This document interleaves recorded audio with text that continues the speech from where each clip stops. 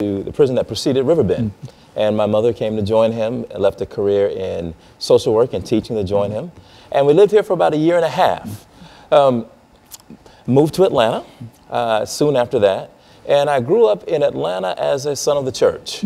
Third generation United Methodist minister on my father's side, and fifth generation United Methodist minister on my mother's side.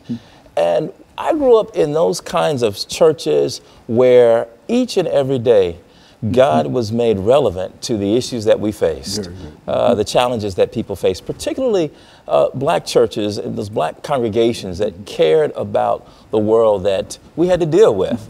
And so you didn't have to wonder whether God was real, and you didn't have to wonder whether the love of God was real. You felt it inside those caring communities.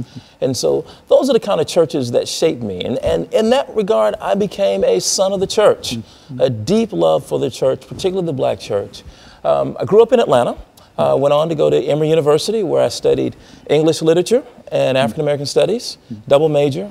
Went on to study at Gammon Theological Seminary at ITC, and studied biblical studies and theology, and finally completed my education here again in Nashville, where I took a PhD in religion at Vanderbilt.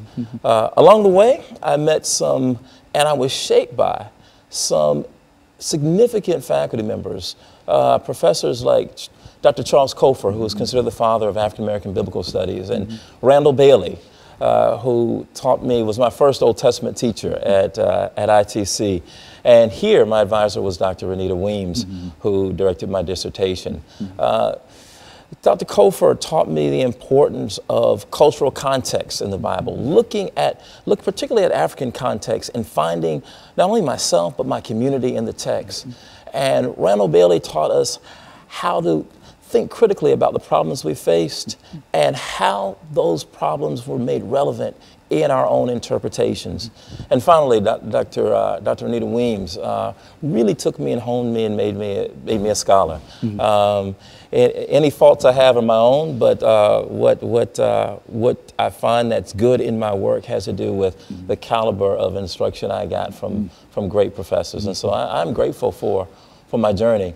Along the journey, what I found to be most important, not just the education that I got, but the experience I got along the way. I served as pastor of Old National United Methodist Church for several years in Atlanta, Georgia. And it was one of those congregations that accepted a young student pastor and taught me that while it was extraordinarily important that I studied hard, but it was also important that I took what I knew, and I knew, not only did I know the books, but I had to know the lives of the people. I had to understand where religion, if you will, where religion hit the ground. In other words, where the rubber met the road, and the kinds of difficulties that really